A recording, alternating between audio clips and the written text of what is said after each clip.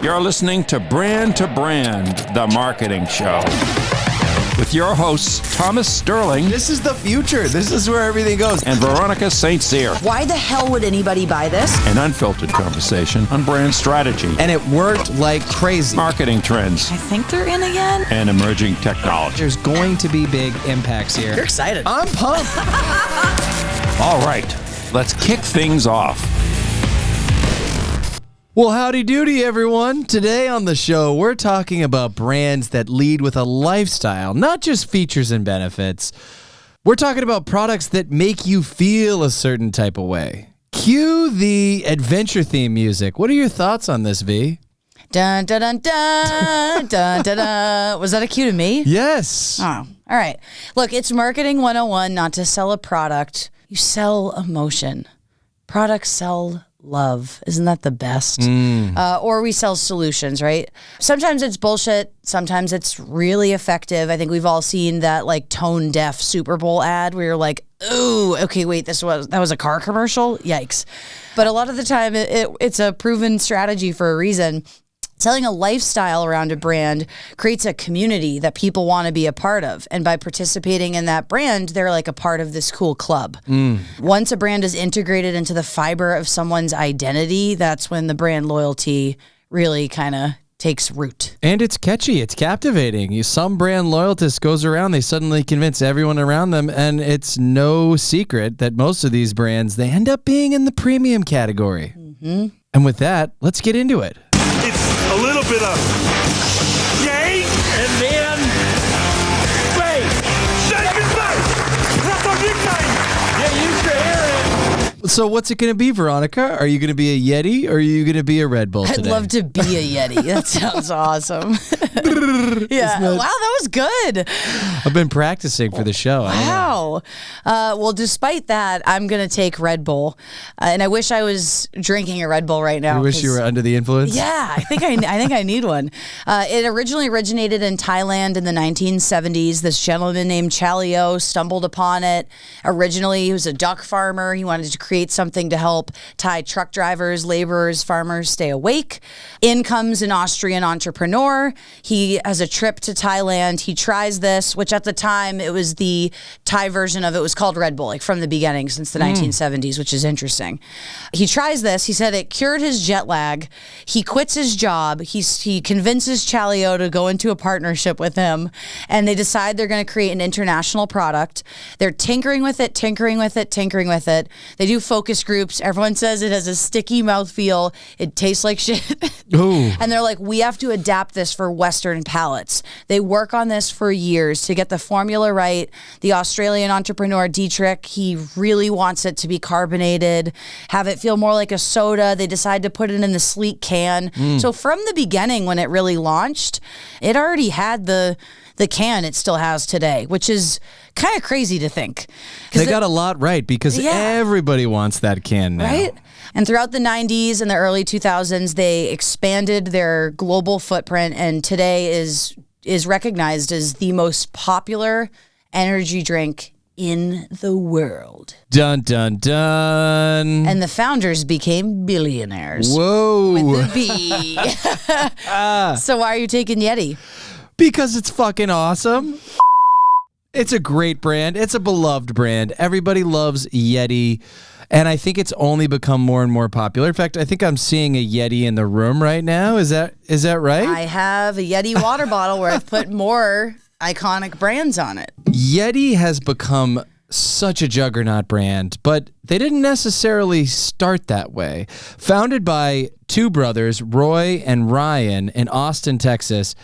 And in 2006, when they first launched, they were really changing the game. They were going after a market where, let's say, the average cooler was $50, and they were thinking, we're going to need to charge around $300. I don't think if someone at the time, conventional wisdom, would have said, well, we could charge 6 times the price, and people will buy it. They're like, it's a cooler. People buy it. They leave it at the beach. They forgot it. They move on. I mean, the concept of keeping things cold for so long is kind of a new concept, right? I mean, how long do you really need to keep the beer cold if you're drinking it quick? As long as possible. Oh, I see.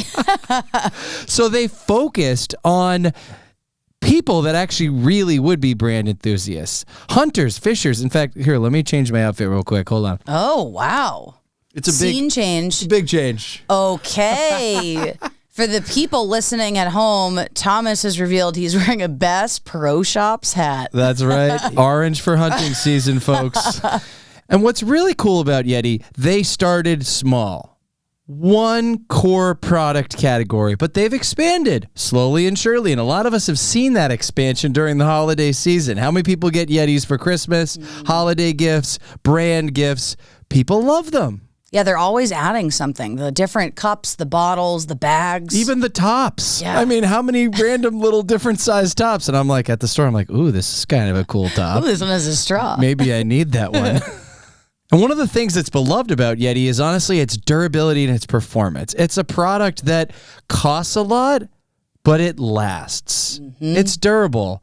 This is a brand people love, and they make it a part of their lifestyle. And Red Bull does the exact same thing. However, your lifestyle might need to be a little more extreme. It is synonymous with extreme sports. It is Formula One racing, cliff diving, snowboarding, BMX biking. Red Bull is all about high adrenaline pumping lifestyles. And I brought a clip, Thomas, to tell the story of how the brand got here. Let's hear it.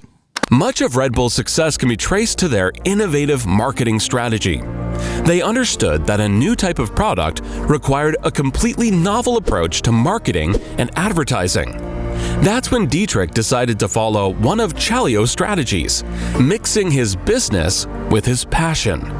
Dietrich had always loved extreme sports, and at the time, very few big corporate sponsors were targeting those events.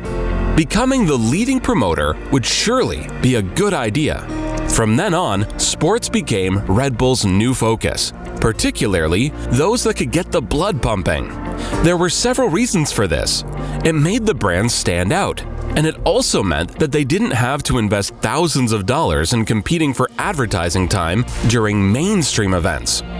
But most importantly, by embracing adrenaline sports, they signaled that Red Bull was more than just an energy drink.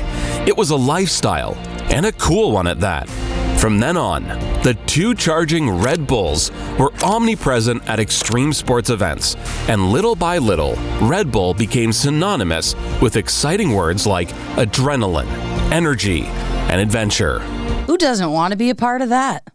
And it's a smart move.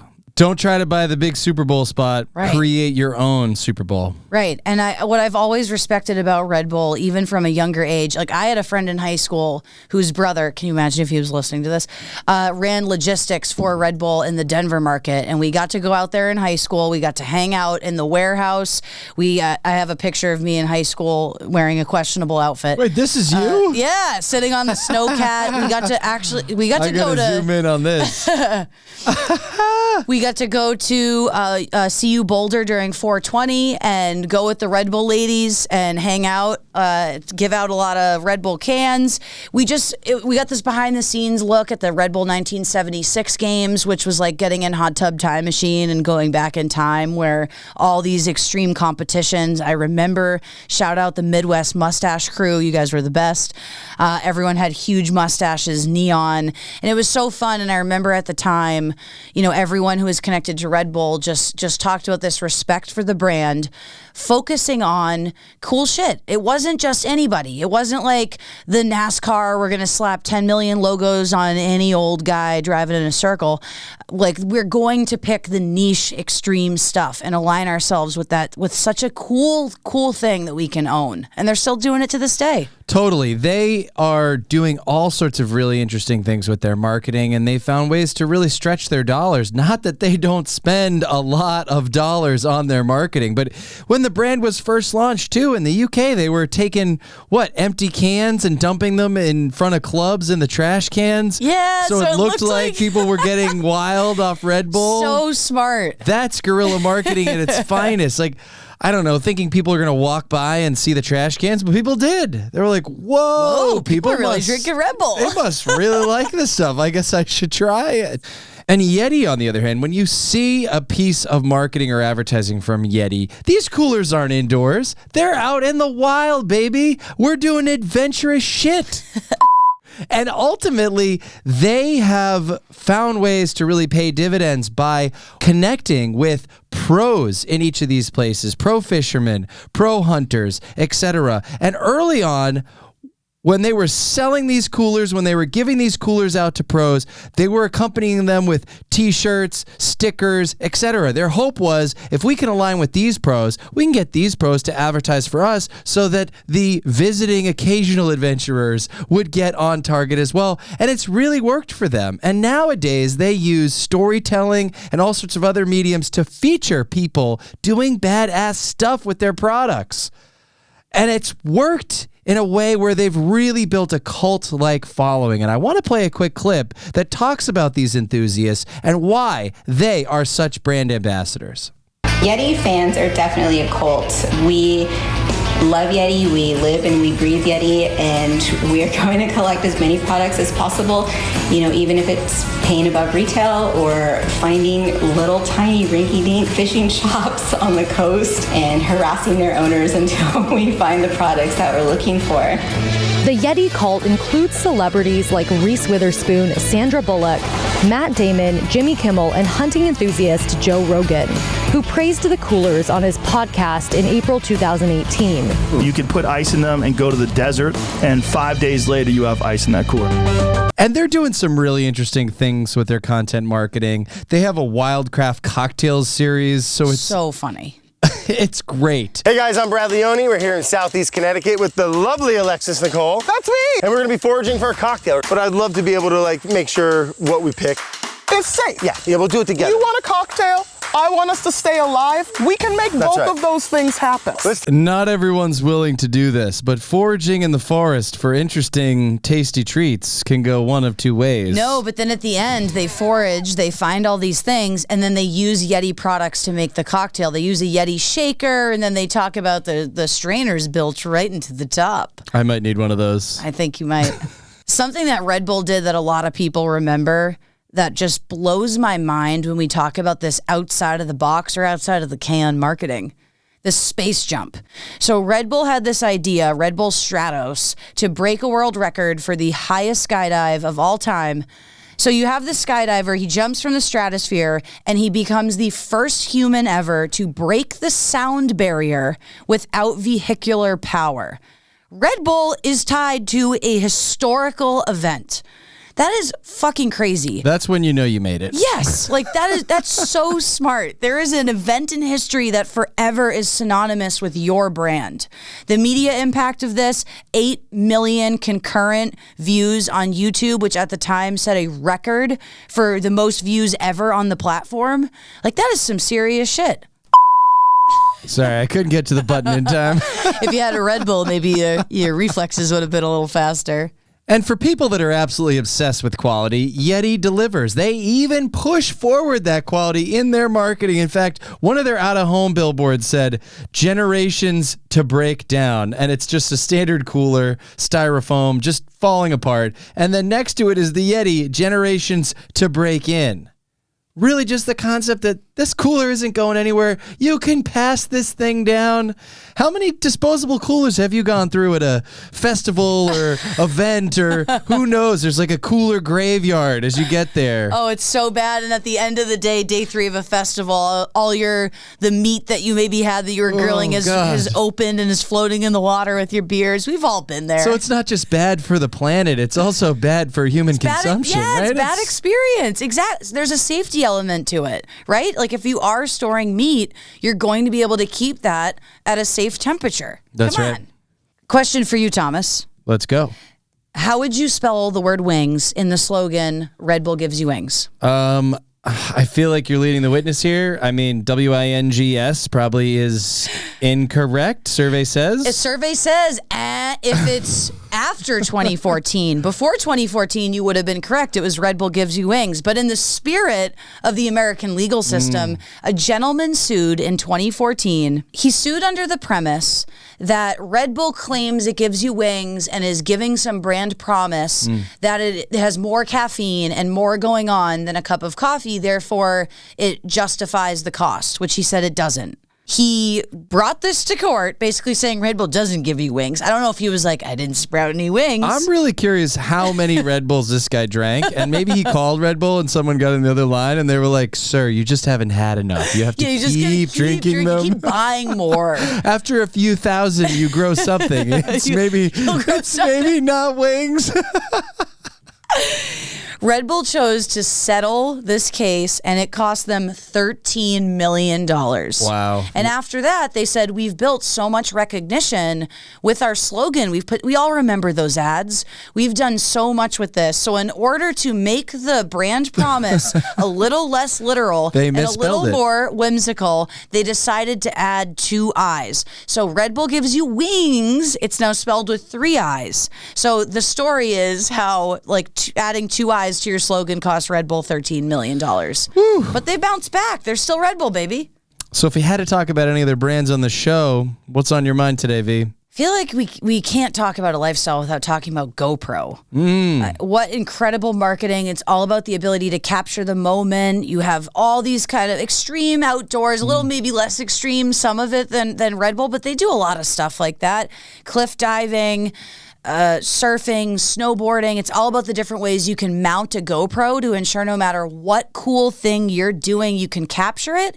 And they have this whole concept of being an everyday hero. And you're a hero by going out and doing something cool. And that's what they call their product. Think about how many Red Bull moments were caught on GoPros. Wow, good cross branding.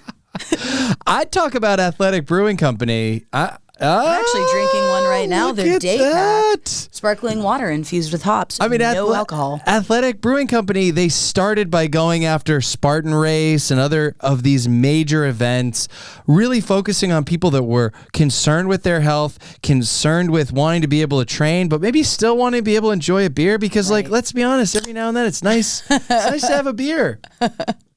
Another brand, we've talked about Patagonia so many times on this show, and guess what, for the listeners, we're not going to stop talking about it. I'm wearing it right now. Patagonia. It's good stuff. And again, just like the Yeti coolers, you always see the products in the wild. You never see it on the shelf because this stuff is meant to be used, abused, and loved. Beloved. Forever. Harley Davidson is another big one. People who... Oh my God, Harley people, you love Harleys. So loyal to the brand, synonymous with rebellion and freedom, brotherhood and community.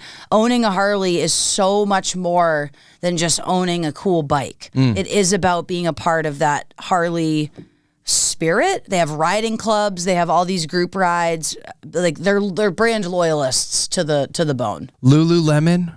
Starbucks, Nike, the list goes on. There's lots of brands that lean into lifestyle, and you don't have to lean all the way in. It's not like all Starbucks is known for is something like lifestyle, but it's an important way for people to present their product in a way that might actually move the needle and move the emotions of their audiences. And now for something completely different. So if we had to put this to work, I would say, first and foremost, brand positioning. These are both brands that came into a category and said, nope, we want to be luxury, folks. And so for those of us listening, it's a moment to reflect and say, how are we positioning our brands, our products, our services in a luxury way? Sometimes simply how much you price your product or service dictates how consumers think. Next, from a marketing and promotion standpoint, ditch the features and benefits. Think about what your product or service makes people feel. Beyond that, make sure that you have a consistent brand experience across everything you do. Both of these brands are global. So whether you're in US, whether you're in Europe, whether you're in Asia, they are driving the same experience across everything that they do. And the last one would be, don't mix up your marketing message. Don't say you're going to give wings and then underdeliver. I saw a guy with a hat on the other day. It said, I'm an alcoholic. My favorite thing in the world is drinking outdoors, and I want everyone to know it. Well, it didn't say all that. It just said Yeti. So if you had to take anything away from the show today, Veronica. It's that if you are uninspired and want to impress in the boardroom, want to throw a big idea out there, just take a tip from Red Bull and recommend that you yeet a guy out of the stratosphere dressed in your brand imagery. And how much Red Bull should you drink before you make that? A lot. Well, mine would be don't underestimate how powerful your brand can be. And with that, we're out, folks.